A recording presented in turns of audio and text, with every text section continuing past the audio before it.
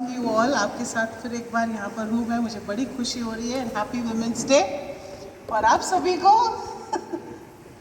If the women in your life are happy, you all are happy, so God bless you. Many times men think, why there is no men's day, and women's day is celebrated on such a large scale. Okay, anyways, let us look to the Lord in prayer. Father God, we are so grateful to you for this beautiful opportunity. ये बड़ी सुंदर सा मौका प्रभु आपने हमें दिया है। आपकी उपस्थिति में आप हमें लिए आते हैं पिता, ये सीखने का मौका प्रभु हम अपने आप को तेरे हवाले करते हैं। हमारी आँखों को खोलने, हमारे हृदय को खोलने वाला, हमारे जीवन में कार्य करने वाला परमेश्वर, आपकी महिमा प्रभु यीशु मसीह के नाम में, आमीन।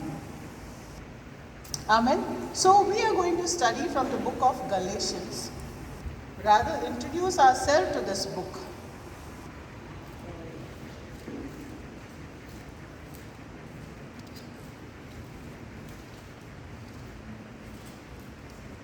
A small little book, but very powerful.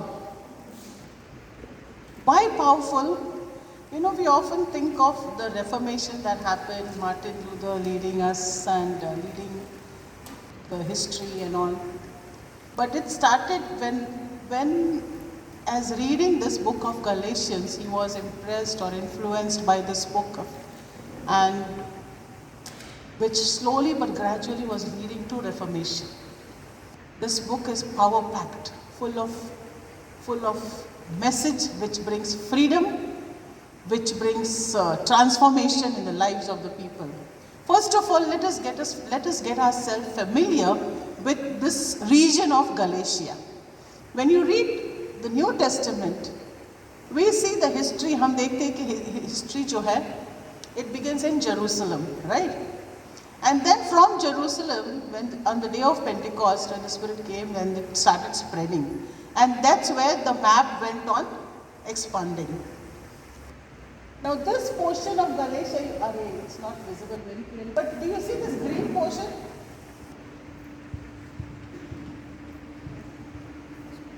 Okay. This entire region, this green area, this is Galatia, okay? And when you read book of Acts, when you read book of Acts, when you read a book of Galatians, we come to know that Paul, हम देखते हैं कि पौलुस की बड़ी सेवा थी इस region में. Paul was very actively ministering in this region. This is a special book in the sense it introduces us to Paul. Various aspects which we don't know, जो हम नहीं जानते हैं, प्रेरितों के कार्य में नहीं हमें पता चलता है, वो सारी बातें, या अन्य पत्रों में जो हमें पता नहीं चलता, वो सारी बातें पौलुस के विषय में हमें इस अध्याय में पता चलती है. So like for example, the first 2 chapters are truly what we say are informative, autobiographical about Paul. पहले 2 अध्याय. फिर आगे चलकर हम देखते हैं, it is also one of the fundamental Christian document, because it talks so much about the gospel of Christ, the gospel that brings salvation, the gospel that sets people free from law. The special focus of this book is the gospel of Jesus Christ sets us free from law, following the law. And this was very important, especially during that time when Paul was ministering. If we will see many things about it. We'll notice that if you are reading this book of Galatians, there are 6 chapters. In many other epistles, अन्य epistles में हम देखते हैं कि Paul is thanking God for the church. But this is very specifically, we see Paul, there is no reason to thank, or there is no thanksgiving. And at the same time, Paul is also making reference to his own handwriting, saying, I have written it with my own hand. I am writing it with my own hand. There's a personal touch to it. Then we go ahead, we also become familiar that in this book there is a rigorous attack on the gospel of Christ. Why? The basic reason why Paul is writing this epistle is because there are some Judaizers, यहूदी समाज से कुछ ऐसे भाई हैं वहाँ पर, कुछ ऐसे लोग हैं जो मसीहों के बीच में आए हैं, और वे लोग एक दूसरा सुसमाचार सुना रहे हैं.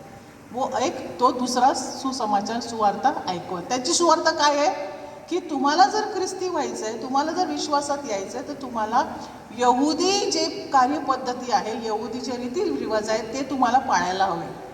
लाईक फॉर एक्झाम्पल सुनता circumcision, you have to do circumcision. See now Galatia was a region where all gentiles are living, सारे अन्य जाति के लोग थे. उनके बीच में जाके ये पौलुस ने सुसमाचार का प्रचार किया है. ये शुद्ध पवित्र सुसमाचार, pure based on Christ Jesus who was crucified. That is what Paul preached. But after Paul left, there have been some Judaizers there who have influenced the people. So much so that Paul is saying, how come you all are deserting the truth? पौलुस कहता है कैसे ऐसे कैसे हो गया, मैंने तुम्हें इतना अच्छा सिखाया, मैंने तुम्हें जो शुद्ध पवित्र जो सुसमाचार सुनाया है, how can you desert? Who has bewitched you? Who has influenced you so much? And that is why, out of concern, out of fatherly love, he is writing this epistle to the people in Galatia. Kyun? Because Paul is seeing that these people are going away, drifting away from gospel. Gospel that sets people free. Gospel that sets people free from what? From law. These people who were influencing were emphasizing that people need to follow the law. And here is Paul saying, no, you are set free from following the law. You don't need to do that. So that is the message of this book in short. Okay? Now let us go ahead. We all know, as you read in first verse itself, कि इसका लिखने वाला कौन है? Of course, he is Paul. And he is writing, see, he mentioned my brethren in Galatia, which means church is already established. And when you read book of Acts, we come to know that Paul had already visited these places and he had established churches. And Paul was always on a mission trip. You'll remember last time I showed the map. Paul was always moving. And when he was moving, he always went on establishing churches and move ahead. Establish church, move ahead. Okay, so this Paul here in this passage, he is the one who is writing it to the people in Galatia. Then, as you read it, first 2 chapters are autobiographical in the sense it introduces us to Paul's Judaic background. See, we all know Paul was a Jew. He was a Pharisee. He came to the Lord. Okay. Information which we don't get in the book of Acts, or information which we don't get in other letters, is what is available here. Like for example, he was persecuting the church, we know, because it is also mentioned in the book of Acts. Then he from Jerusalem, when in Damascus, when he received when he encountered Jesus Christ, and then after that, where he went, what happened, we come to know from Galatia. In Galatia, it mentions that he went to Arabia. In Galatia, it mentions for 14 years he was away. So his dramatic conversion, then his identity with Titus and Barnabas, it's all mentioned here. And his home church is Antioch. Then there are physical problems that he has in his body, and how he faced persecutions. Everything is, we get a picture of all that is mentioned in the book of Acts is mentioned here, which is completely different from the other epistles. So we get to know Paul, and we get to know the problems that he was facing. We get to know the challenges he was facing, again along with the other Christians surrounding him. Okay? Ka matlab, see, if you read in Galatians chapter 2, he encounters Peter, and there's a problem there. The problem is, before the leaders could come, Peter was sitting with the Gentiles. And after the leaders like James and all came, Peter started avoiding to sit with the Gentiles.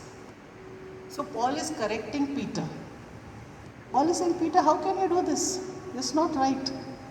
So this is a special picture that we get in the book of Galatians, which is not mentioned anywhere else. Okay?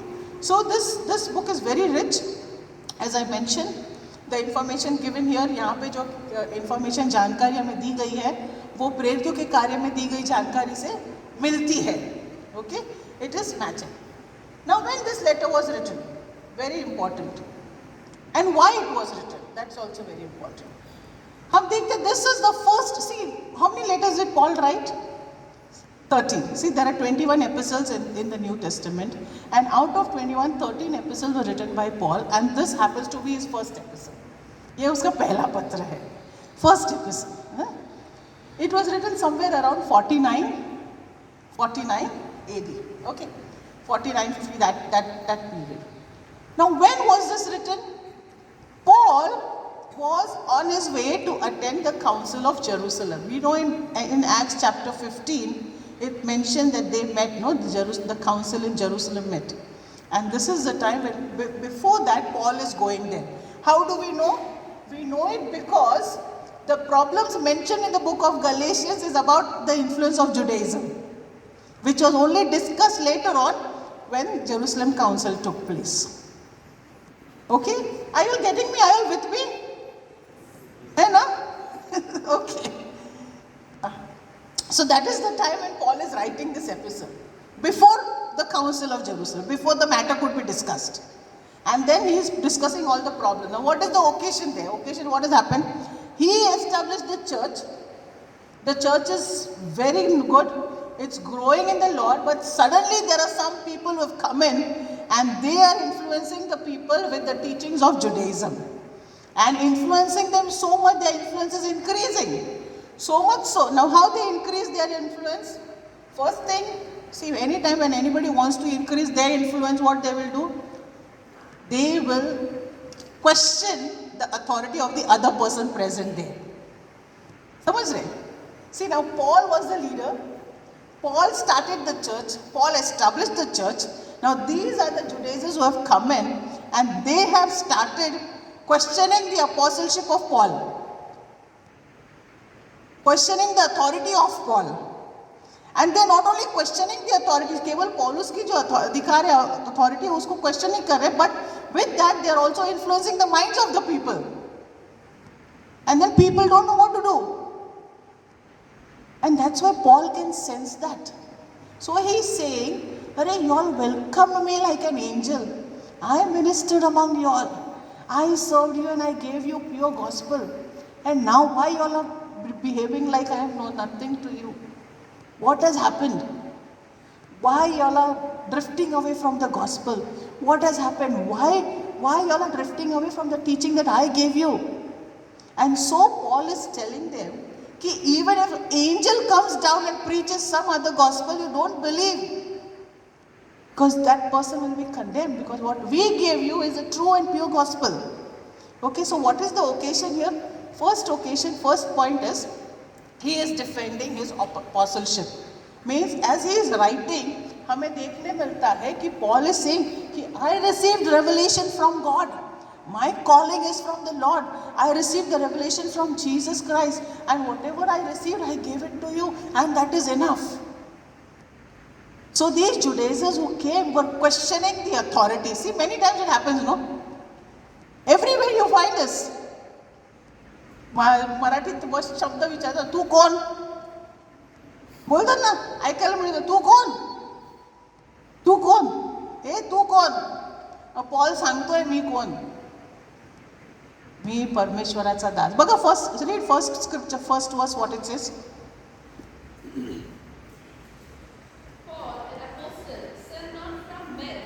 Sent not from men. तू कोण? मी हा आहे. Not sent by man. Yes, ahead. Sent by God. Well, what's the system? Me kon? You are asking me kon? Me, I am an apostle. Sent not by man, but by God. Appointed, I received revelation from Jesus Christ. So first thing is he is doing is, he is defending his apostleship to the Gentiles. And that he is expanding in chapter 1 and 2. Then because he is also refuting legalism and teach justification by faith. Throughout the gospel, no, you will find, throughout this passage, this book you will find, he is refuting legalism. They say you must follow this, Paul says not necessary. They say you must do this, Paul says not necessary, Christ has done it. And in doing so, he is giving the example of Abraham, which they also were using. In doing so, he is giving the example of Hagar and Sarah, which they were also using. See, Father Abraham, his father, so Paul is referring to them. Saying, you are talking about Abraham, now look at Abraham, he says. This letter is truly a masterpiece, because see, this is his first letter that he is writing. And this is so rich with all this information. Third thing that he does is, he established Christian freedom from the law. Right from the beginning to the end, his main focus is, we are not to follow the law.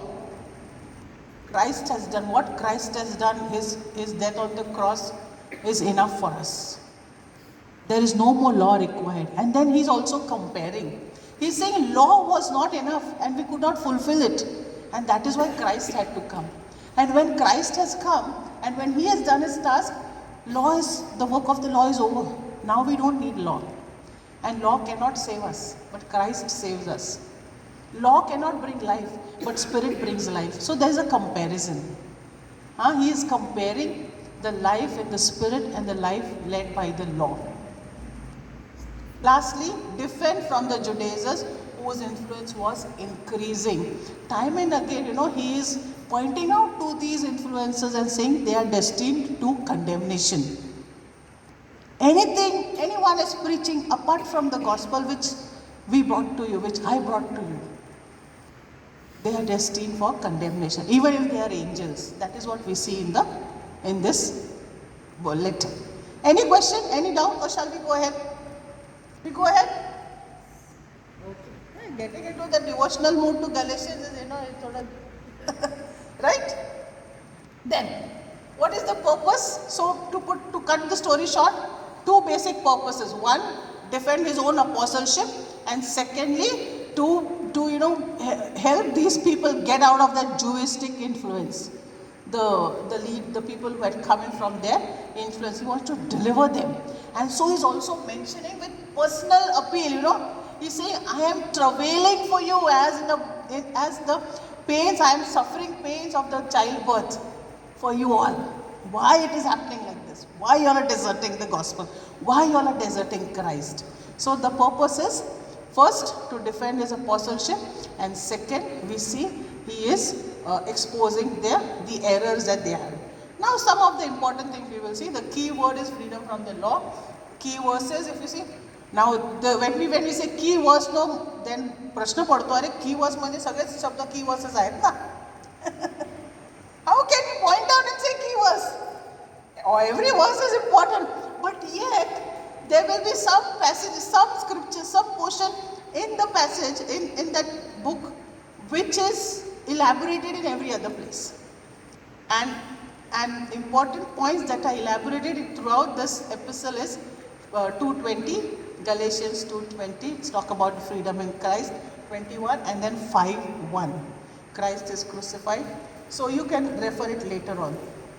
Now the important key chapter is again Galatians chapter 5, and about the statistics, we have 6 chapters with 149 verses only. You can read this epistle in one sitting, and I will encourage you all, मी तुम्हाला सगळ्यांना प्रोत्साहन करेन की एकदा जेव्हा वाचायला बसाल ना, एका ह्याच्यात वाचून काढा ते, and read it as a letter writing. Somebody is writing a letter to somebody. Read it as if you are reading that letter. Then we get an idea as to what is happening. Now we move on to another portion. You already saw the map, but assume something is important. This is the entire, in the New Testament, this is the map you will see in the New Testament. See, we start in Jerusalem.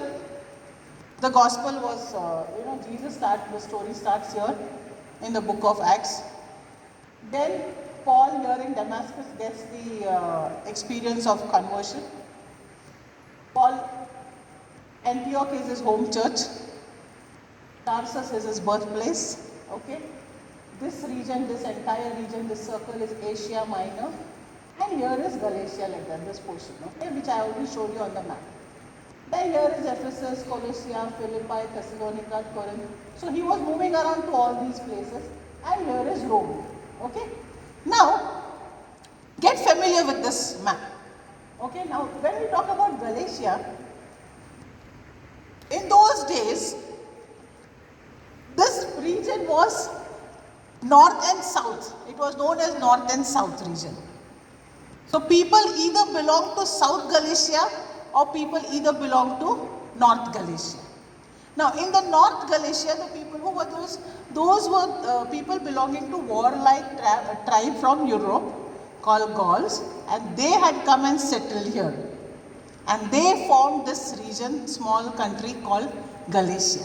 It was a warlike tribe, warring people who had come and settled there in Asia Minor from Europe. And they lived in North Galicia. Whereas South Galicia, we can go ahead, Pastor, please. Whereas South Galicia, how the region is. Whereas South Galicia was a Roman province which was established just before 25 years before Christ or some, during that time. This was a Roman province. Now the question comes in, Paul ne patra konala lila? See, Galatia is big, but it is also divided into north and south. And when you mention that you are from Galatia, you have to mention from where are you, north or south. For us, it's all Galatia. But it's not so. Now we have to identify, अरे Paul ने लिखा तो किसको लिखा? So for this what we do, we see in the book of Acts. The book of Acts gives us the map. Why this is necessary? Because that will help us date the book. Date, we already know it is 49. How do we know? Because of the ministry that Paul did according to the book of Acts. Now, there are theories that say that Paul may have written to the people in the north, and there are also theory that says Paul may have written to the people in the south. But the theory for the south is more powerful. Why? Because it parallels, it goes in line with what is written, the record that is given in the book of Acts. This is for our information only, that this region was divided into north and south. North Galicia was those tribal people who were living there. Tribal म्हणजे आपल्यासारखे आदिवासी दिसतात कदाचित तसे नसतील जंगलात राहणारे वगैरे we don't know but those were like tribal people were settled there from Europe and south is we find these places, Iconium, Debre, Antioch, Pisidian Antioch, all this region.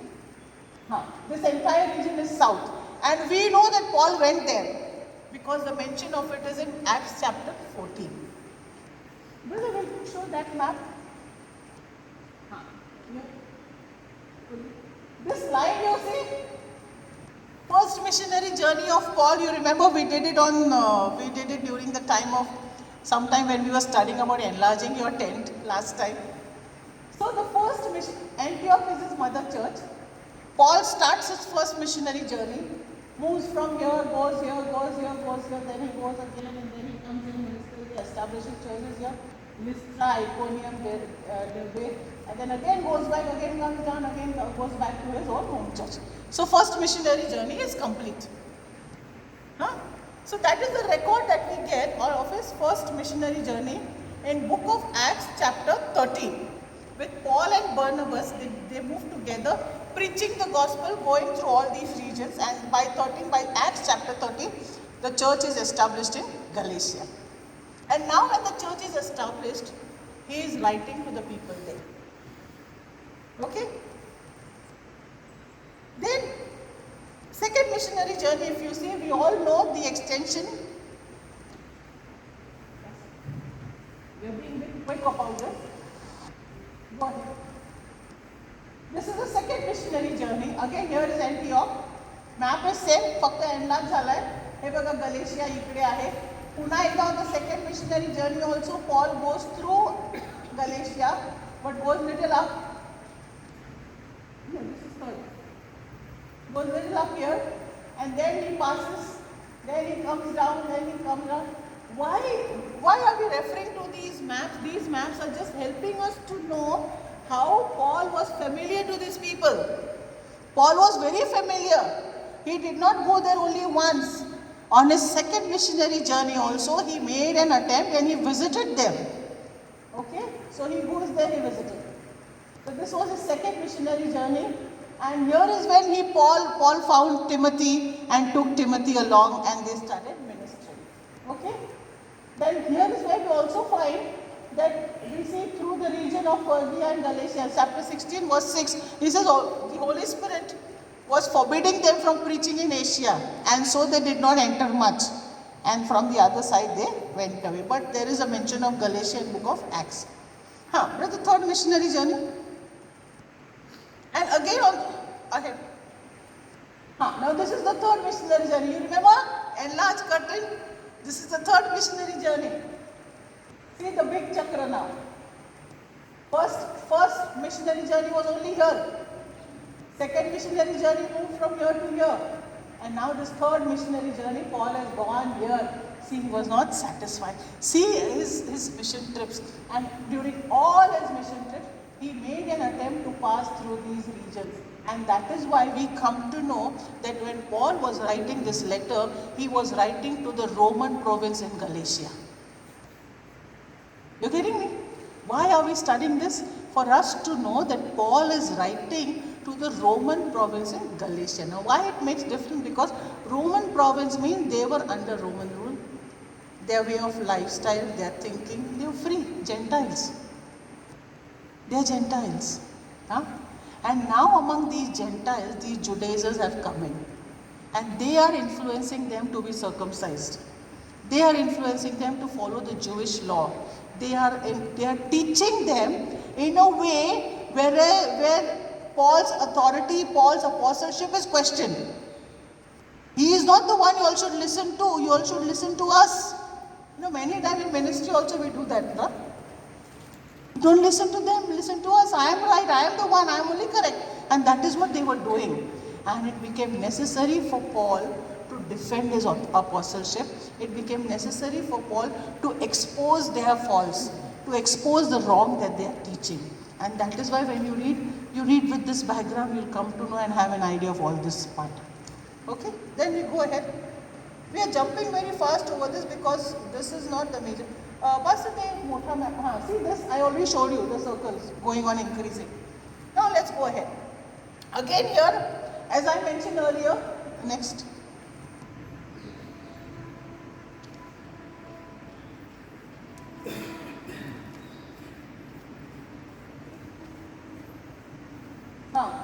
That yellow circle and the bigger circle.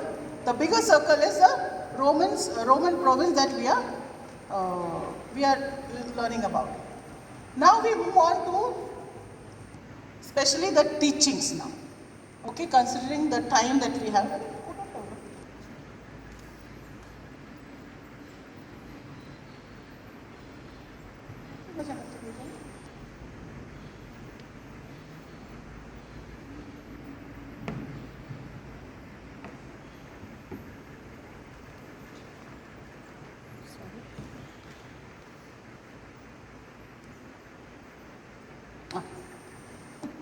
Okay. So Christ in Galatians. Now, according to the occasion and the purpose of the epistle, in every epistle we find Christ is portrayed as it was necessary. And so in book of Galatians we see this message: freedom, freedom, freedom. Christ freed us and placed us. Freed us from what? He freed us from the bondage of law and from the bondage of sin. Which means Paul is explaining, Paul is timely explaining that law was incomplete and law was unable to save us. Everything people tried, they would stumble, they would fail, and law was not enough. Law could not save. But Christ has freed us from that bondage of slavery of law. And also from the bondage of sin. He has set us free. Then, not stopping there, Paul is also emphasizing that when we disobey law, curse comes. And then people live under curse. So Paul is also explaining in this epistle that even that curse is broken by Christ Jesus. Every curse upon our life is broken on that cross of Calvary. So it is not only from the law that we are set free, but we are also set free from every curse that comes through it. See, for every disobedience there was some curse in the Old Testament. So what if we fail in one place? The curse follows. But Paul is emphasizing that law is gone and so the curse is also gone. It's over. You are set free from curse, from the law and from yourself itself. And then he has placed us in the position, what? We are free, position of freedom. No more to be bound again. No more to be bound again. Okay, so that is the main important. If one word, if you ask me, for book of Galatians is freedom. For Christ has set me free. Free. But we still feel bondage. Do you feel bondage of any type? Let me remind you again. Christ has set you free. He came to set us free. Now let's go ahead. The summary of it, of the entire epistle. First two chapters talk about the gospel of grace is defended. Means while defending the gospel of grace, he is defending his apostleship and he is also defending the message that he preached. And at the same time also pointing out to the distorted message that the false teachers were giving. How he starts? He starts with his own introduction and biological argument, and then he goes ahead to introduce who God is. He says God is the source of this salvation message and Christ is the one who paid the price and Christ is the one who delivered us. Okay, so in the first chapter he talks about the gospel of grace which is defended. He defends it. Secondly, in chapter 3 and 4 he explains how that is possible. First two chapters he is defending it. In 3 and 4 he is explaining it, how it works, how the gospel of grace sets us free. He explains by giving the example of the life of Abraham. He explains it giving the life of Hagar and Sarah. Okay, very intelligent. No, see, Paul was a learned man, and that is why he uses that example, because those opposition,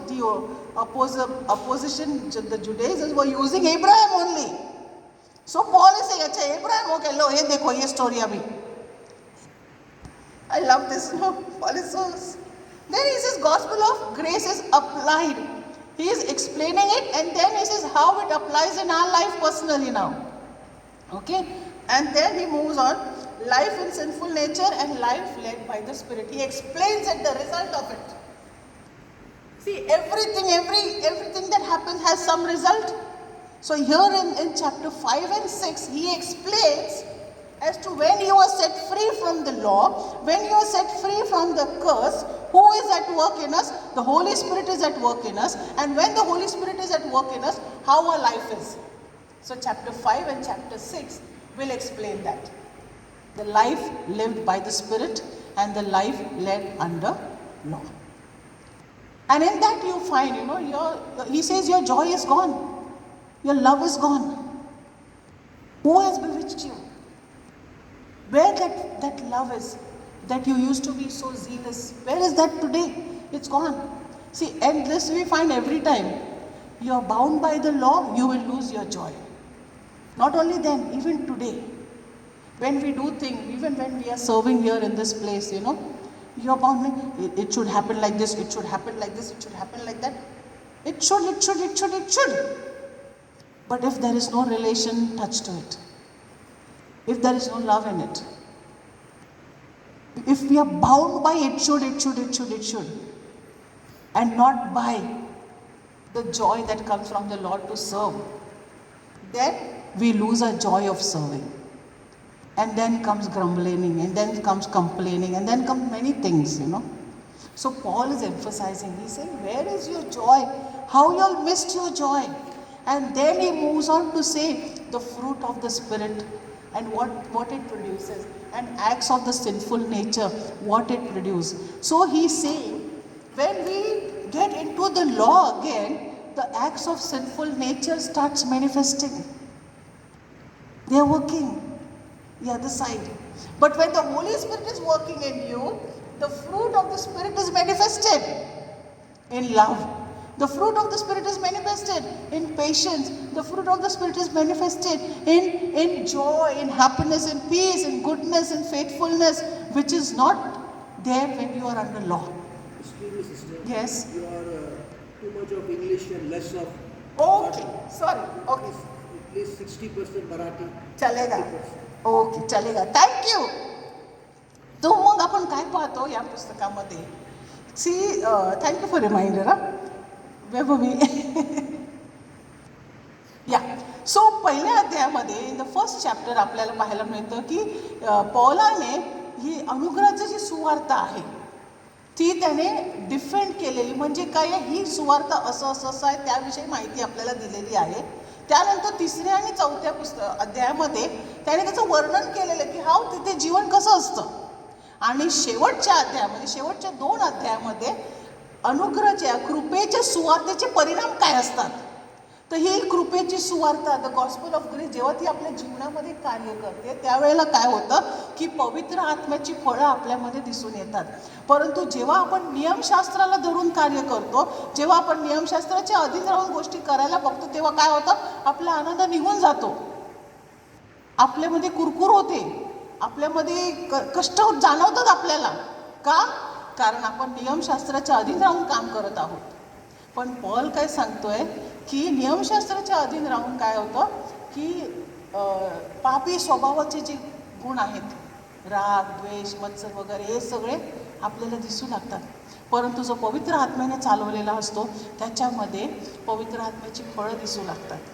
ते प्रेम, ते आनंद, ती शांती, तो चांगुलपणा, तो विश्वासयोग्यता हे सगळं दिसू लागतं. And that is why he says we should be led by the spirit, की आपण जे आहे ते पवित्र आत्म्याने चालवलेले असावे. हे पूर्ण एक्सप्लेनेशन त्यांनी ह्या 6 अध्यायामध्ये दिलेलं आहे. कृपेची सुवार्ता, माझं तारण झालं आहे ही परमेश्वराची कृपा आहे. मी काही केलं असं नाही. It is not because I did something or I am following the law. I am saved by the grace of God and I am set free. Saved, free and yet placed where with Christ Jesus. ही माझी position आहे, ती तुमची position आहे. Yes.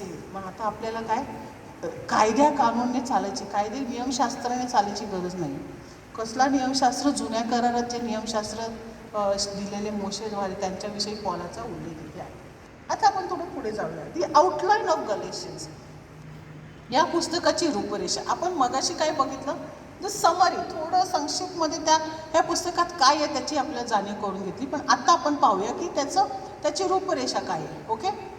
पहिल्या अध्यायामध्ये पहिली 10 वचनांमध्ये जर आपण पाहिलं, पॉल इंट्रोडक्शन देत आहे, स्वतःचा परिचय देत आहे आणि त्याने शिकवलेल्या सुवार्तेचा परिचय देत आहे. He is introducing himself and is also introducing that the gospel that he has shared is received from God. Then he moves ahead with the personal defence of his authority, की कसं काय त्याला परमेश्वराने नियुक्त केलं.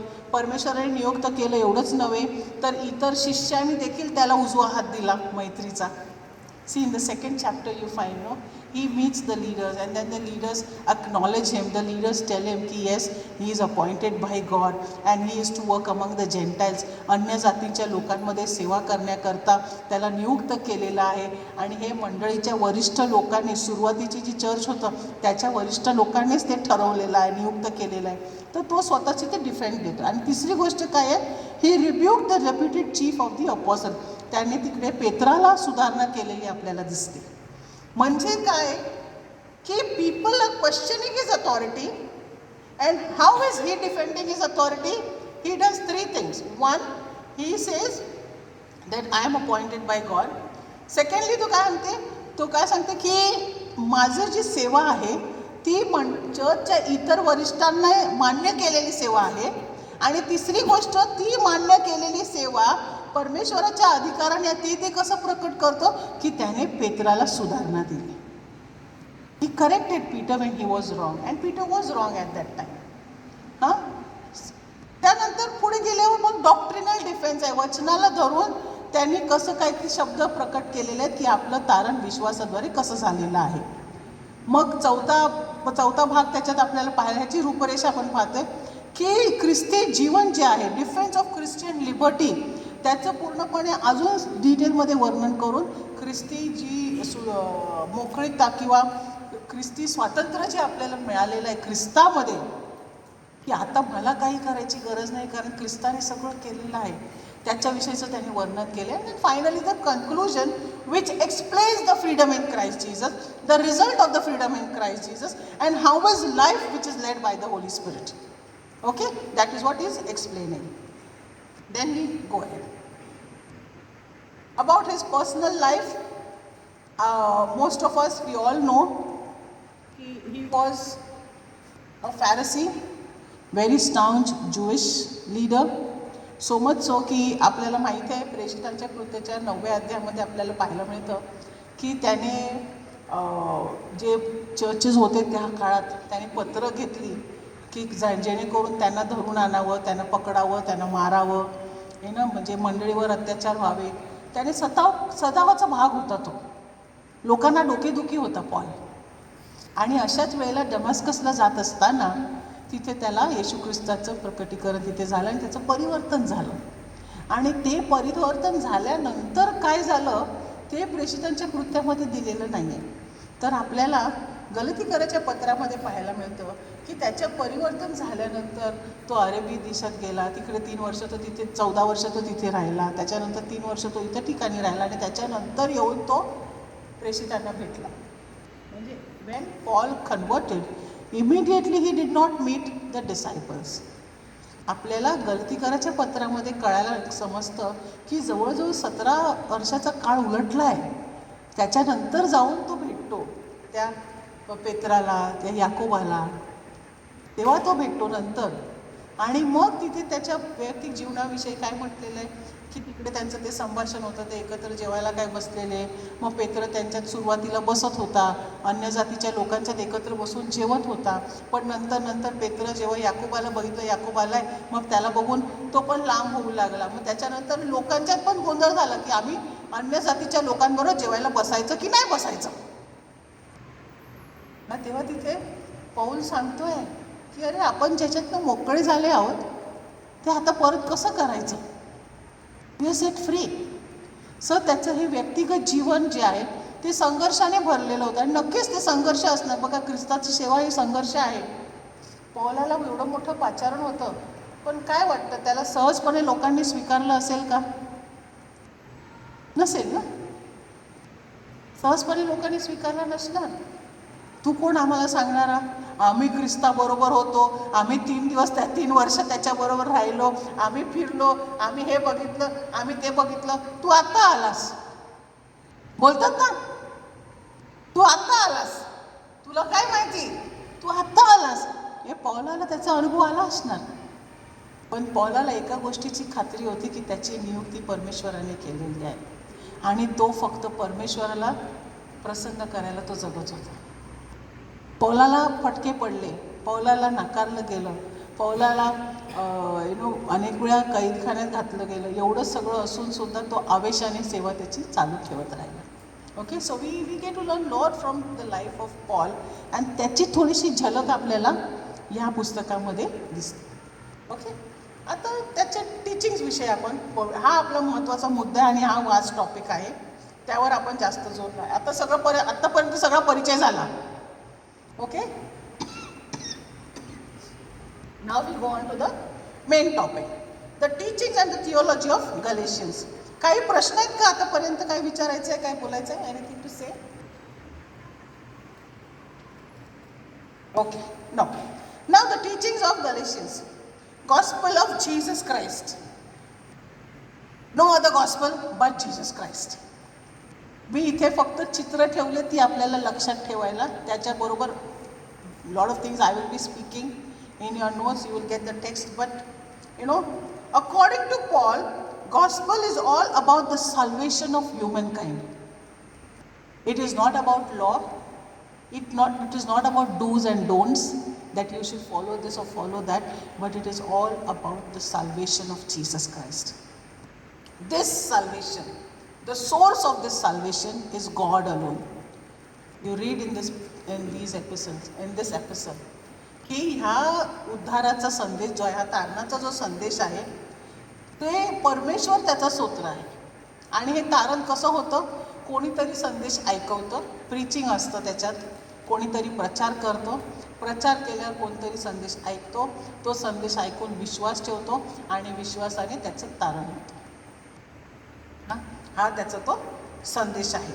हा कुठलीही व्यक्ती ही परमेश्वराचं हे कृपेचं दान आहे, कृपेने केलेलं आहे, कृपेने केलेली ही दया आहे, परमेश्वराची दया आहे आणि ती मी कुठल्या कर्माने करून होत नाही. हे जे पुस्तक आहे गलतीकराचं पत्र, it is like a twin book to Romans. रोमन्सच्या पुस्तकात देखील अशीच सगळ्या गोष्टी आहेत. तर ते दोन पुस्तकं ही एकत्र जातात. रोमकराच्या पत्रामध्ये I am justified by faith ना, I am justified by faith, त्याचप्रमाणे इथे सुद्धा विश्वासाने माझं तारण झालेलं आहे आणि ती देवाची इच्छा आहे. येशू हे पौलाने या शुभवर्तमानाच्या विषयी काय म्हणतोय की ही जी सुवार्ता आहे, ही जी कृपेची सुवार्ता आहे, ही स्वतः परमेश्वराची इच्छा आहे माणसांसाठी. ज्या परमेश्वराने नियमशास्त्र दिलेला त्याच परमेश्वराने पुढे ख्रिस्त पाठवला आणि त्याच परमेश्वराने ही सुवार्ता जी आहे, ही कृपेची सुवार्ता जी आहे ती स्थापित केलेली आहे. आणि जेव्हा एखादी व्यक्ती, when somebody receive this gospel, there is immediate earthly effect of it. पर पृथ्वीवर आपल्याला त्याचे परिणाम दिसायला मिळतात. तर परिणाम काय आहे? सगळ्यात पहिलं काय होतं की जेव्हा एखादी व्यक्ती ही सुवार्ता स्वीकारते त्याला समेट होतो. कोणाबरोबर? परमेश्वराबरोबर आणि माणसांबरोबर. ह्या पृथ्वीवर when we receive gospel of grace and then there is peace with God. Secondly, भविष्याच्या दृष्टीने सुद्धा काय होतं की आपल्याला तारणाची खात्री तर आहेच, परंतु मी स्वर्गीय राज्यात जाणार. आपण एक वचन वाचूया. पहिला अध्याय 7 बघा.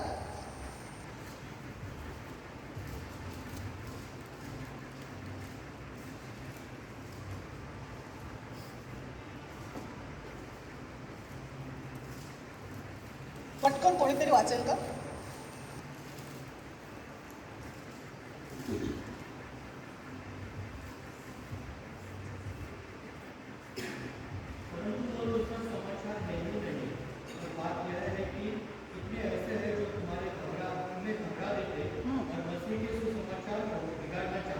देखो क्या कह रहे पॉल, इसके अलावा दूसरा समाचार है ही नहीं.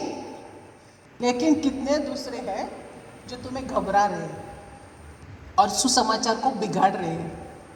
लेकिन मैंने जो समाचार तुम्हें सुनाया है उसके अलावा दूसरा समाचार है ही नहीं. फिर आगे भैया.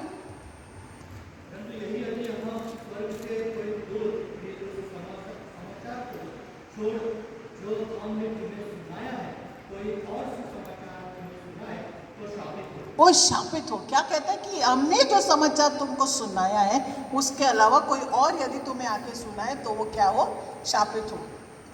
और एक बात हमें दिखाई पडते, ये पौलुस जो आहे इस पत्र में, या पत्रामध्ये अजून एका गोष्टीवर तो जोर टाकतोय आणि ती जोर काय आहे की तो सांगतोय की या सुवार्तेला त्यागणं म्हणजे ख्रिस्ताला त्यागणे. तुम्ही ख्रिस्त नकारलाय, फक्त आमचा संदेश नाही नकारलाय, आम्हाला नाही नकारलाय, पण स्वतः तुम्ही येशू मसीह को नकार दिया है. It's deserting Christ. So don't do that. आणि मग तो त्याचं सगळं ते दुःख प्रकट करतो की कसं मला तुमचं बघवत नाही, मला हे तर कसं झालं बाय, अँड मला कष्ट होतं. प्रसूतीच्या वेदना या पत्रामध्ये पौलाने प्रसूतीच्या वेदना लिहिलेल्या आहे. मला दुःख होतं, मला कष्ट होतं तुमची ही अशी स्थिती बघून. आणि so he is emphasizing that this gospel of Jesus Christ is enough for you to be saved. ही तुम्हाला पुरेशी आहे, तुमच्या तारणासाठी पुरेशी आहे, परमेश्वराबरोबर समेटासाठी पुरेशी आहे. त्या सुवार्तेने तुम्हाला नियमशास्त्रातनं मोकळं केलेलं आहे. या सुवार्तेने तुम्हाला पापाच्या अधीन राहण्यापासून मोकळं केलेलं आहे. या सुवार्तेने तुमच्यावरचे सगळे श्राप तोडलेले आहेत आणि ही सुवार्ता जी मी तुम्हाला शिकवली ती पुरेशी आहे. तुम्हाला दुसऱ्या कशाची गरज नाही. आणि ह्या सुवार्ते व्यतिरिक्त कोण दुसरं येऊन तुम्हाला जर काही शिकवत असेल तर ते काय आहे, तर ते शापित असेल असं पॉल सांगतो. तो दूत जरी उतरून आल्याने शिकवलं तर ते कंडेम्ड असं पॉलाने त्या पत्रात प्रकट केलेलं आहे. Okay. So next time when you are reading this gospel you focus on this part. कुठे येशू काय, पॉल काय सांगतो त्या सुवार्तेविषयी.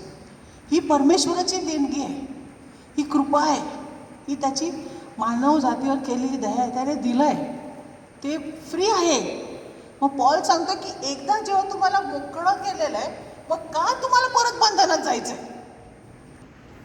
When he has set you free, you be free, live a life of freedom. And that is why he says, for freedom's sake, Christ has set you free. स्वतंत्र करता तुम्हाला परमेश्वर ख्रिस्ताने स्वतंत्र केलेलं आहे. हां, त्यानंतर परत एकदा स्वतंत्र कशात? नियमशास्त्रातून, नियमशास्त्राच्या पालनातून. बघा, आपण नियमशास्त्र करतात का? कसले असतात का नियमशास्त्र आपल्या जीवनामध्ये आहेत का? अशीच प्रार्थना केली पाहिजे, असंच हे केलं पाहिजे, तसंच ते केलं पाहिजे. मला आठवतं एकदा कोणीतरी मला प्रश्न केला की जर सकाळी उठून मी 3 वाजता प्रार्थना नाही केली तर मी नरकात जाणार ना? मला आश्चर्य वाटलं. मी त्यांना विचारलं, पास्टर तुम्हाला टायमिंग कोणी दिला, कुठे दिला, कसा मिळाला? म्हणजे हे त्यांचे विचार. And many time we are bound by such rules and regulations. Christ has made it so simple. You believe and you are saved. But नाही असं केलं पाहिजे, नाही तसं केलं पाहिजे, नाही असं केलं पाहिजे, नाही एक महिने टांगवरती करा, एक महिने हातवरती करा, एक महिने असं करा आणि तसं करा. ख्रिस्ताने म्हटलं काय करायची गरज नाही. Set you free. Okay? So gospel, he says, the first teaching is what? There is no other gospel. Okay? No other gospel than what I have preached. At the second thing आपण बघूया. Now he also emphasizes that this gospel is superior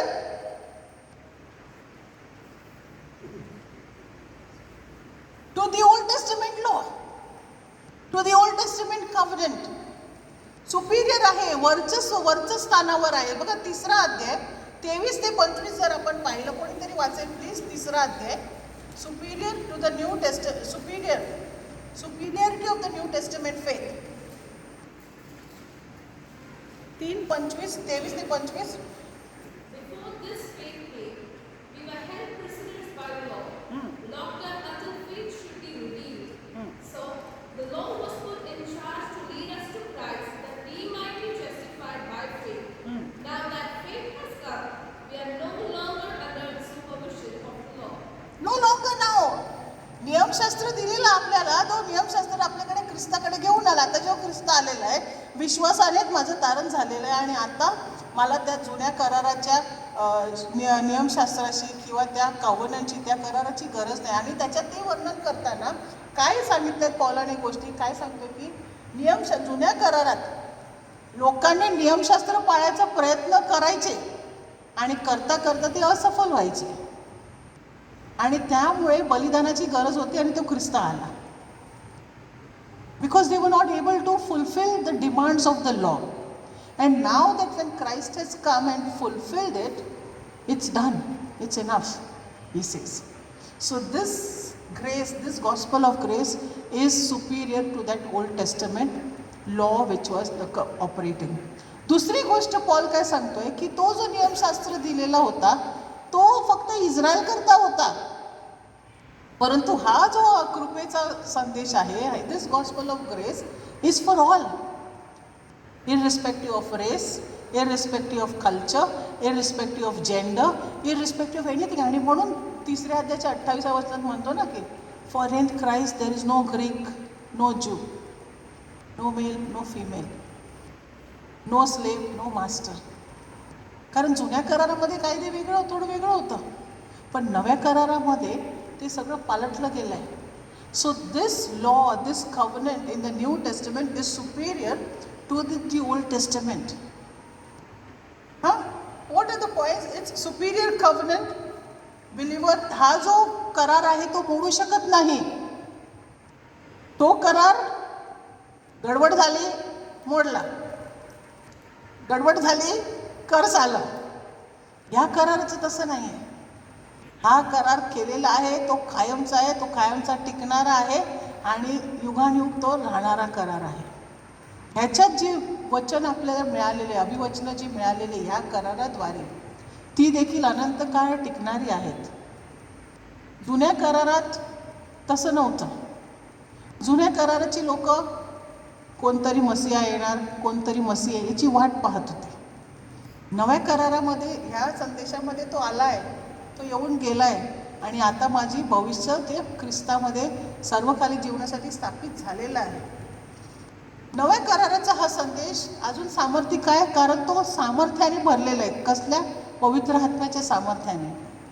जे नियमशास्त्र करू शकत नव्हतं ते पवित्र आत्म्याद्वारे शक्य होतं, असं पॉल प्रकट करतो. Paul is emphasizing where it is loaded with power that can save. आणि हे सामर्थ्य असं की तो आपल्याला आनंद पण देतो, आपल्याला शांती देतं. शांती, पीस, वेन इट आपण पुढे पाहणार आहोत त्याचा अर्थ काय येते. And it sets people free, everyone who trusts, and it has certainty and power. The relationship is established with God.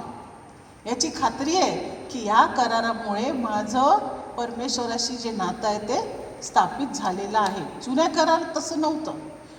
बघा, तुम्हीच बघा ना, जुन्या करारात काय चित्र आहे, असं वाटतं की परमेश्वर कुठेतरी बसला आहे लांब. तो त्यांचा परमेश्वर, तो देव आहे. नव्या करारात तो पिता बनतो. काय झालं? काय समथिंग टू से सिस्टर? काय कमेंट? नव्या करारात काय झालंय? नव्या करारात काय झालंय? तो पिता झालाय. जुन्या करारात they are not addressing as father, is God, जेव्हा गॉड. बट जो नव्या करारामध्ये Christ Jesus introduced and said, when you pray you say अब्बा father. That relationship is established. So this, ही नवीन वचनाची, नव्या कराराची ही जी हा जो संदेश आहे तो जुन्या कराराचा जो करार होता त्याच्यापेक्षा श्रेष्ठ आहे, असं या पुस्तकामध्ये, असं या पत्रामध्ये प्रकट होतं. Okay. Then it also says the experience give fullness of life. अब्राहामामध्ये सगळे जे करार, जो आशीर्वाद होता, तो विश्वासाच्या द्वारे ते सर्व आशीर्वाद पृथ्वीच्या लोकांना मिळतात ख्रिस्तामध्ये. बघा, आपल्या लक्षात असेल की अब्राहामाद्वारे तिथे काय म्हटलेलं? राष्ट्र आशीर्वादित होतील ना. And that blessing that came to Abraham, Paul is stating in his examples that all those promises, all those blessings are for all the believers in Christ Jesus because of Christ. Okay. पुढे आपण काय पाहतो अजून? आपल्याला अब्रामा, म्हणजे तो जो अभिवचन होतं त्या अभिवचनाद्वारे राष्ट्रांचे लोक, फक्त इस्रायल राष्ट्र नव्हे तर राष्ट्रांचे लोक आज परमेश्वराची संतान झालेली आहेत. बघा, तेव्हा फक्त अब्रामाची संतान. बघा, ते यहुदी लोक म्हणायचे ना, आम्ही अब्रामाची संतान, आम्ही अब्रामाची संतान, आम्ही अब्रामाची संतान. मग आता पॉल काय सांगतोय की ख्रिस्ताच्या येण्यामुळे, ख्रिस्तावर विश्वास ठेवल्यामुळे अन्य जाती काय, यहुदी काय, सगळेच जे आहेत ते परमेश्वराची संतान झालेले आहेत. आणि म्हणून ही जी नवीन अध्यायाची, हा जो नवा करार आहे परमेश्वराने जो केलेला आहे, तो त्या जुन्या करारापेक्षा श्रेष्ठ आहे. तो श्रेष्ठ आहे आणि आपल्याला ह्याच्यात चालायचं, वावरायचं. Okay. So the first teaching of the Galatian काय आहे की दुसरी कुठली सुवार्ता नाही, नियमशास्त्र नाही. आणि दुसरा संदेश काय यायचा की नव्या कराराचा हा जो करार आहे तो जुन्या कराराच्या करारापेक्षा श्रेष्ठ आहे. It is superior. This faith is Superior. का सुपिरियर आहे? कारण याचा परिणाम सुपिरियर, मोठा आहे. माझा परमेश्वराशी समेट झालेला आहे, मी परमेश्वराचा मुलगा झालेला आहे. Okay. I am done, my sins are forgiven and it is once and for all it is done. मला दरवर्षी यायची गरज नाही, दरवर्षी ते करायची गरज नाही. आणि परत ही सुवार्ता आहे ती माझ्यातनं भय काढून टाकते आणि माझा आनंद स्थापित करते. आणि ही सुवार्ता मला शांती देते. ही सुवार्ता मला माझ्या आतमध्ये हे चांगुलपणा, विश्वासयोग्यता, संयम निर्माण करते. ते जुन्या करारात ते सगळं नव्हतं. So this gospel is superior, this message is superior, असं वर्णन ह्या पत्रामध्ये केलेलं आहे. Now the third part we will see the apostolic authority of Paul.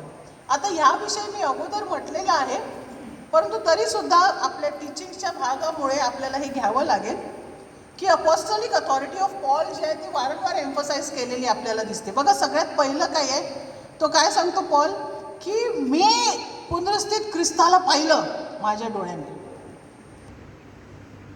म्हणजे सगळे ते क्वेश्चन करतायत ना की कोण आहे पॉल, काय त्याने काय शिकवलं आहे, ते चुकीचं शिकवलं आहे, ते अर्धवट शिकवलं आहे. तुम्हाला जर विश्वासात यायचं असेल, म्हणजे ह्या अन्य जातीवाल्यांना जो संदेश दिलेला की तुम्हाला जर ख्रिस्तात यायचं आहे तर तुम्हाला आधी यहुदी झालं पाहिजे आणि यहुदी झाल्याच्या नंतर तुम्ही ख्रिस्तात येणार, असं. मग पॉल सांगतो त्याची गरज नाही आहे. And then here is defending. 5 गोष्टींद्वारे त्याने डिफेंड केले. पहिलं काय सांगतोय की मी ही सुवार्ता थेट ख्रिस्ताकडून मिळवलेली आहे. मला त्याने पाचारण केलं, माझा हा संदेश ख्रिस्ताकडनं डायरेक्टली आलेला आहे. This experience qualified me to be the apostle. ह्या अनुभवामुळे मला जे पाचारण झालं आहे, माझी जी ख्रिस्ताबरोबर जी आमनासामना झालं आहे, त्याच्यामुळे काय झालं आहे की मी प्रेषित म्हणून नियुक्त केलेलं आहे. मी प्रेषित म्हणून नियुक्त केलेलं आहे. त्याचबरोबर अजून एक गोष्ट इथे काय प्रकट होते की जे 12 शिष्य जे येशू ख्रिस्ताने नेमलेले, त्यांच्यात पौलाची नेमणूक नव्हती. ते 12 शिष्य जे नेमलेले, त्यांची सेवा त्यावेळेला यहुदी लोकांमध्ये होत होती आणि पौलाला अन्य जातीकरता नेमलेलं आहे, हे नियुक्त केलेलं आहे, हे त्यांनी स्वीकारलेलं. बघा, या गलतीकाराच्या पत्रामध्ये प्रकट होतं की पेत्रा आणि याकोबाने मान्यता दिलेली, स्वीकार केलेलं की आम्ही यहुदी लोकांच्यात काम करतो, तर पौलाला अन्य जातीच्या लोकांमध्ये सेवा करायला नेमलेलं आहे. So he is expressing that. दुसरी गोष्ट काय आहे, तो सांगतो he received his gospel apart from the apostles. म्हणजे प्रेषितांसारखं त्याला संदेश नाही मिळाला. प्रेषितांनी ख्रिस्ताबरोबर वेळ घालवला, प्रेषित होते ते ख्रिस्ताबरोबर राहिलेले, परंतु ह्या पौलाची जी सेविकाई आहे ती अन्य जातीच्या लोकांकरता आहे. पौलाची जी सेविकाई आहे त्याच्या सेवेद्वारे मंडळीचं रहस्य उलगडलं. बघा, 12 शिष्य जे होते त्यांना जे शिक्षण प्राप्त झालेलं, ख्रिस्ताकडून त्यांनी जे शिकलेलं, ते कसं होतं, देवाच्या राज्याचं शिक्षण होतं. पौलाकडनं आपल्याला जे शिक्षण प्राप्त होत आहे ते मंडळीविषयीचं रहस्य प्रकट होत आहेत. बघा, see you cannot separate Paul and church. Church कसं फंक्शन करतं, चर्चचे डॉक्ट्रिन्स काय आहेत, आपले ख्रिस्ती शिक्षण काय आहे, हे सगळं आपल्याला कोणाकडनं कळतं, पौलाकडनं कळतं ना. मग देवाच्या राज्याचं शिक्षण, देवाचं राज्य, आता बघा, आता प्रश्न पडतो की देवाचं राज्य काय आणि चर्च काय वगैरे, हा एक मोठा विषय आहे. परंतु आपल्याला जर पाहायला मिळेल तर ते 12 शिष्य जे होते त्यांना जे शिक्षण मिळाले ते येशू ख्रिस्ताने देवाचं राज्य, देवाचं राज्य, देवाचं राज्य. मग पौलाकडनं आपल्याला काय शिकायला मिळतं, the church is the body of Christ, the church is this, church is that. म्हणजे तो जो संदेश पौलाकडनं मंडळीला मिळाला आहे तो एक वेगळा संदेश आहे. It is received, his gospel is different from what he has received, but he has received it from Christ. Okay? There were 12 apostles associated with 12 tribes of Israel. 12 प्रेषित, 12 इस्रायलचे जे गोत्र होते त्याला प्रतिनिधित्व त्याचं करतात असं ते मानलं जात होतं. तर पॉल जो आहे तो अख्ख्या मंडळीचं प्रतिनिधित्व करतोय. Paul represents the church. Okay, and then we go ahead. Paul did not confer with men after he received his calling. Instead, God sent him to Arabia. आपल्याला ह्याचं पण मी अगोदर पण हे मानलेलं आहे की ताबडतोब त्याला जेव्हा पाचारण झालं तो पटकन जाऊन त्या सगळ्या पुढाऱ्यांना भेटला नाही, तर तो काय केला, तो अरेबियाला गेला. तिथे त्याने जवळजवळ 14 वर्ष घालवली, परमेश्वराबरोबर वेळ घालवला आणि त्याच्यानंतर मग सेवा करायला तो आला. तेव्हा तो त्या प्रेषितांना तो भेटला आणि जेव्हा त्या प्रेषितांकडून त्याला उजवा हात सापडला, मैत्रीचा उजवा हात, आणि ते प्रोत्साहन मिळालं, मग तो सेवेला लागला. ओके, त्याचं पाचारण हे परमेश्वरापासून होतं. आणि वरती त्याला असं पण म्हणावं लागत आहे, बघा तिकडे, what I am writing to you is not lie. मी तुम्हाला जे लिहित आहे ते खोटं नाही सांगत आहे, जे खरं आहे, जे घडलं आहे, जे मी अनुभवलं आहे, जे मी केलं आहे ते मी तुम्हाला सांगत आहे.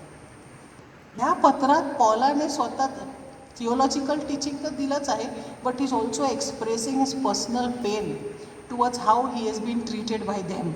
तो सांगतो तुम्ही कसे असे झाले, कोणी तुम्हाला भुरळ टाकली. He say who is bewitched you. He says bewitched म्हणजे भुरळ टाकणे. की लोकांची विचार जे आहे ते काय विचार करत नाहीत, समजत नाहीत असं. चौथी गोष्ट आपल्याला पाहिजे, his gospel was approved by the apostles. की तो सांगतोय की मी जो संदेश दिला, माझ्या संदेशाला इतर प्रेषितांची मान्यता होती. इतर प्रेषितांनी ते मान्य केलं. आणि 5वी गोष्ट सांगतो, gospel was defended about before Peter. की पेत्रासमोर सुद्धा माझं शिक्षण जे आहे आणि माझा जो अधिकार आहे तो देखील तिथे पेत्रासमोर प्रकट झाला. त्यामुळे तुम्ही माझ्या अधिकाराविषयी माझ्या प्रेषित असल्याच्या विषयी प्रश्नचिन्ह करू नका. आपल्याला ह्याच्यात काय शिकायला मिळतं प्रियानो, की पहिली गोष्ट की तुमचं आणि माझं पाचारण ज्या कामासाठी झालेलं आहे ना, त्याची खात्री आपल्याला पाहिजे. पौलाला त्याची खात्री होती.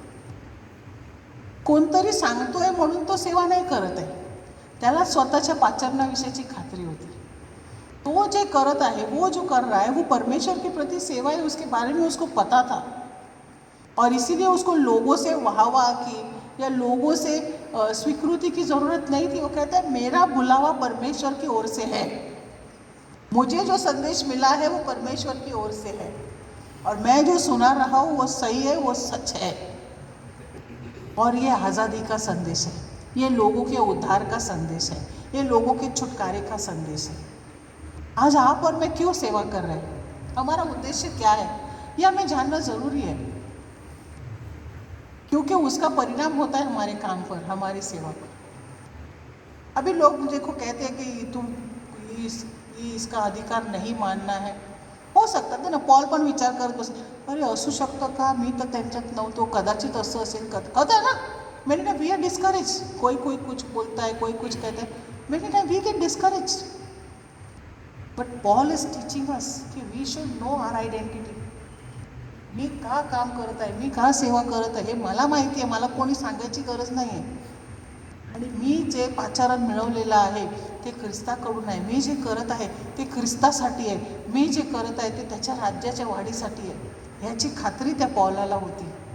And time and again in this letter of Galatians no he explains, and with love is explaining. हे प्रेमाने तो समजवतो, असं अभिमानाने किंवा रागाने नाही समजवतो, तो प्रेमाने समजवतो की एका लहान मुलाच्या प्रसूतीच्या वेदना जशा तसे तुमच्याविषयी मला कळवळा आहे. हे तो पॉल का सांगतोय, त्यांना हे का समजवत आहे, कारण त्याला दिसतंय की लोक नाशाकडे जात आहेत. That is his main concern, की लोकांचा नाश होऊ नये. And that should be the concern of you and me, की लोकांचा नाश होऊ नये, लोकांचा नाश होऊ नये. Okay, so he is defending his authority, the apostolic authority of Paul. Then we go ahead. चौथी गोष्ट आपण पाहतो या पुस्तकामध्ये. बघा आपण काय काय पाहिलं. पहिली गोष्ट, पहिलं टीचिंग काय आहे, there is no other gospel but the gospel of Christ Jesus, the gospel of grace. की दुसरी कुठलीच सुवार्ता नाही तर ख्रिस्ताची सुवार्ताच फक्त, आणि तीच आपल्याला तारण देते. दुसरी गोष्ट आपण काय पाहिली, की ही जी सुवार्ता आहे ती जुन्या करारापेक्षा श्रेष्ठ आहे. दॅट इज इनफ, पुरेशी आहे ती. तिसरी गोष्ट जी पाहिली आपण या पुस्तकात पाहतो की ही इज डिफेंडिंग हिज अपॉसलशिप, की माझी नेमणूक ख्रिस्तापासून झालेली आहे, हा संदेश ख्रिस्तापासून आहे, तो प्रेषितांनी मान्य केलेला आहे, अपॉसल्सने मान्य केलेला आहे, and that is what it is. Okay, आता चौथा मुद्दा जो आपण पाहतो, हा हे अतिशय गरजेचा मुद्दा आहे, त्यामुळे याच्यावर आपण थोडा जास्त वेळ देणार आहोत. It is about law and grace, नियमशास्त्र आणि कृपा याच्याविषयी पॉल काय म्हणतो ते आपण पाहूया. जरा कोणीतरी 2:16 वाचेल का?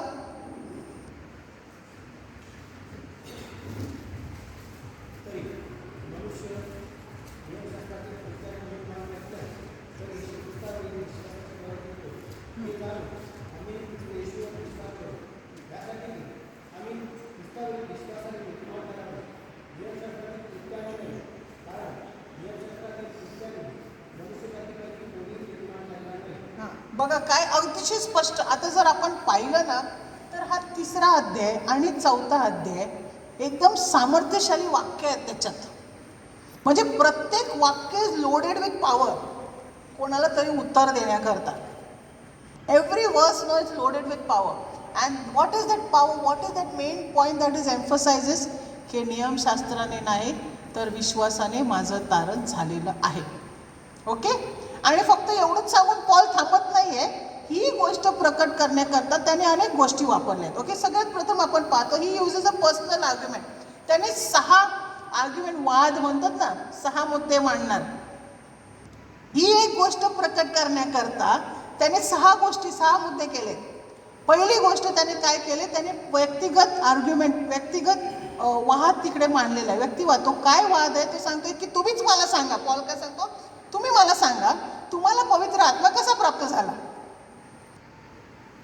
ज्या वेळेला मी तुम्हाला सुवार्थ सांगितली, ज्या वेळेला तुम्ही सुवार्थ स्वीकारली, तेव्हा तुम्ही नियमशास्त्राचं पालन केलेलं का?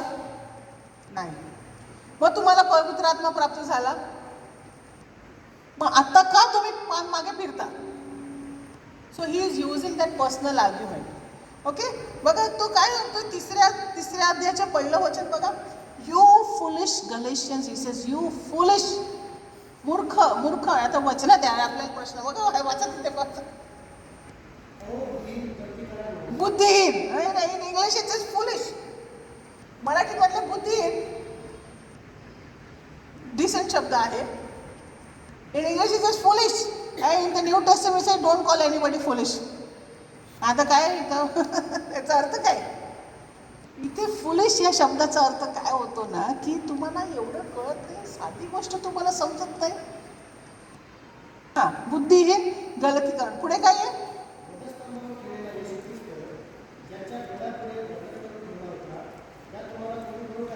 कोणी बुरळ घातली, कोणी व्यक्तिवाद वापरते. अहो बुद्धिहीन, हू हॅज बिविच यू. आणि मग तो त्याला काय सांगतोय की डिड यू रिसीव. आता तुम्हीच बघा, तो सांगतो तुम्हीच बघा. काय बघा? की तुम्ही पवित्र आत्मा कसा मिळवला? तुम्ही नियमशास्त्राचं पालन केलेलं त्याच्याने मिळाला तुम्हाला, की विश्वास ठेवून मिळाला? तो त्यांना प्रश्न करतोय. हां, प्रश्न करतोय कसा मिळाला? मग ते विचार करतील ना, हा रे बाबा आम्ही तर तेव्हा केलं नाही, मग आत्ता कशाला आम्हाला हे शिकवण्यात येते? बरोबर, तो प्रश्न करतोय. त्यानंतर तो पुढे काय म्हणतोय, तुम्ही एवढे बुद्धिहीन आहात का की तुम्ही आत्म्याने सुरू करून आता देहात पुढे बंद हे होत आहोत, देहाच्या दिशेने जातात. Are you so foolish? Are you beginning by the spirit? You are now trying to attain your goal by human effort. कधी कधी बघा ना, ख्रिस्तामध्ये आपण जेव्हा येतो ना, असं हे जर्नी आहे. पुढे पुढे आपल्याला वाटायला, अरे नाही मी असं केलं तर असं होईल, असं केलं तर असं होईल, असं आपण स्वतःसाठी कायदे नियम बनवतो. And here is Paul questioning them with this personal वाद. तरी तुम्हीच विचार करा, तुम्हाला पवित्र आत्मा कसा मिळाला? तुम्ही तेव्हा नियमशास्त्राचं पालन केलेलं का? तुम्ही सुनता केली का? तुम्ही सब्बात दिवस पाळला का? तुम्ही हे केलं का? तुम्ही तसं केलं का? आणि म्हणून तुम्हाला पवित्र आत्मा मिळाला का? नाही. तुम्हाला पवित्र आत्मा तुम्ही जेव्हा विश्वास ठेवला त्याच्याने मिळालाय. मग आता का तुम्ही असे वागताय? कोणी तुमच्यावर बुरळ टाकली? हां, त्यानंतर तो पुढे काय सांगतोय की एवढे तुम्ही कष्ट सहन करत आज इथपर्यंत आलात, ते त्यात कशासाठी? ते व्यर्थ का सगळं? You suffered so much. Is it for nothing? If really there was nothing, सांगतो you suffered so much for nothing. बघा, अन्य जातीतनं ते लोक ख्रिस्तात आलेत, नक्कीच त्यांनी विरोधाचं, त्यांना लोकांची निंदा वगैरे सामना सहन केलाच असणार. सांगते काय तुम्हाला कोणी बुरळ टाकली? आणि आता तुम्ही नियमशास्त्राचं पालन करून तुमचं तारण होणार आहे का? कारण ते लोक जे त्यांच्यामध्ये शिरलेले, बघा तुम्हाला पाहायला मिळेल त्या वचनात, तिकडे पॉल म्हणतोय की तुम्ही दिवस पाळता. तुम्ही आपण वचन पाहूया. गलतीकाराचं पत्र ओपन करा, थोडंसं बघा आपल्या लक्षात येईल. आणि कधी कधी हे का मानायची गरज आहे, कारण कधी कधी हे आपल्यात सुद्धा येतं आणि आपण त्याच्यापासून सावध राहिलं पाहिजे. बघा 10वं वचन 4:10 बघा, 4:10 काय म्हणतं? You are observing special days and months, हं, and seasons and years. हं. I fear for you that somehow I have wasted my efforts on you. काय सांगतो मराठीत वाचूया का जरा? वार महिने सणाचे काळ व वर्षही तुम्ही पाळता. तुमच्यासाठी मी केलेले श्रम कदाचित व्यर्थ झाले असतील. हे वार पाळता, महिने पाळता, हे आपल्यात असतं का? असं काय पाळतो का आपण? विशेष दिवस, विशेष वार, हे काय कशाबद्दल बोलत असेल? कशाबद्दलचं असेल? वार महिने व दिवस पाळता, कशाबद्दल बोलत असेल? हा, 12वं 13वं 14वं वर्ष श्राद्ध, महिना, 7 दिवस, 3रा दिवस, कुठून आलं हे सगळं? कुठून आलं? पॉल प्रश्न विचारतोय. आज हे जर आपण आपल्याला स्वतःला लागू केलं, वार दिवस सगळं हे तुम्ही हे कुठून आलं? पॉल सांगतोय हे तुम्ही पाळायला लागले. पॉल प्रश्न करतोय तो, हे पाळायला लागले तुम्ही, माझी सगळी सेवा व्यर्थ कशी? Is making a personal argument with them. हां, कारण ते सुवार्तेपासून लांब जात होते. त्यांना सांगितलं जात होतं की तुमची सुटका झालीच पाहिजे. त्यांना सांगितलं जात होतं की तुम्ही सब्बात दिवस पाळलाच पाहिजे, तुम्ही खाण्याच्या बाबतीत असं वागलंच पाहिजे, तसं केलंच पाहिजे. सो पॉल इज आर्ग्युइंग, अरे तुम्ही जेव्हा ख्रिस्तावर विश्वास ठेवला, तुम्हाला जेव्हा पवित्र आत्मा प्राप्त झाला, तेव्हा तुम्ही हे सगळं केलेलं का? मग आत्ता का करताय? पॉल हे त्यांना सांगत आहे. 5व्या वचन, 3 त्याच्या 5व्या वाक्यात म्हटलंय की does God give you spirit and work his miracles among you because you observe law और बिकॉज यू बिलीव्ह. तो त्यांना विचार करायला लावतोय. फिरणं बघा कसं असतं माहिती आहे का, एखाद्या माणसाला आपण सांगून दिशा दाखवत असेल ना, तर तो सांगितल्याप्रमाणे चालेल. पण त्या माणसाच्या आतमध्ये तो स्वतः विचार करू लागतो, तो स्वतः ज्ञानाने जेव्हा चालतो, ती त्याची चाल वेगळी असते. आणि इथे पॉल त्यांना विचार करायला लावतोय. तुम्हीच विचार करा, तुम्हीच विचार करा, हे कुठे चाललंय. So that is this personal argument that he is mentioning. Okay, पुढे गेल्यावर तो स्क्रिप्चरल आर्ग्युमेंट तिकडे मेन्शन करत आहे. व्यक्तिगत तो बोलला. बघूया का? 10:30 वाजले. ओके, 5, मला अर्धा तास सांगितलं. हां, नाही ते काय सांगत होते, कुकीज बिकीज काय द्यायचे. सिस्टर लॉरेन मला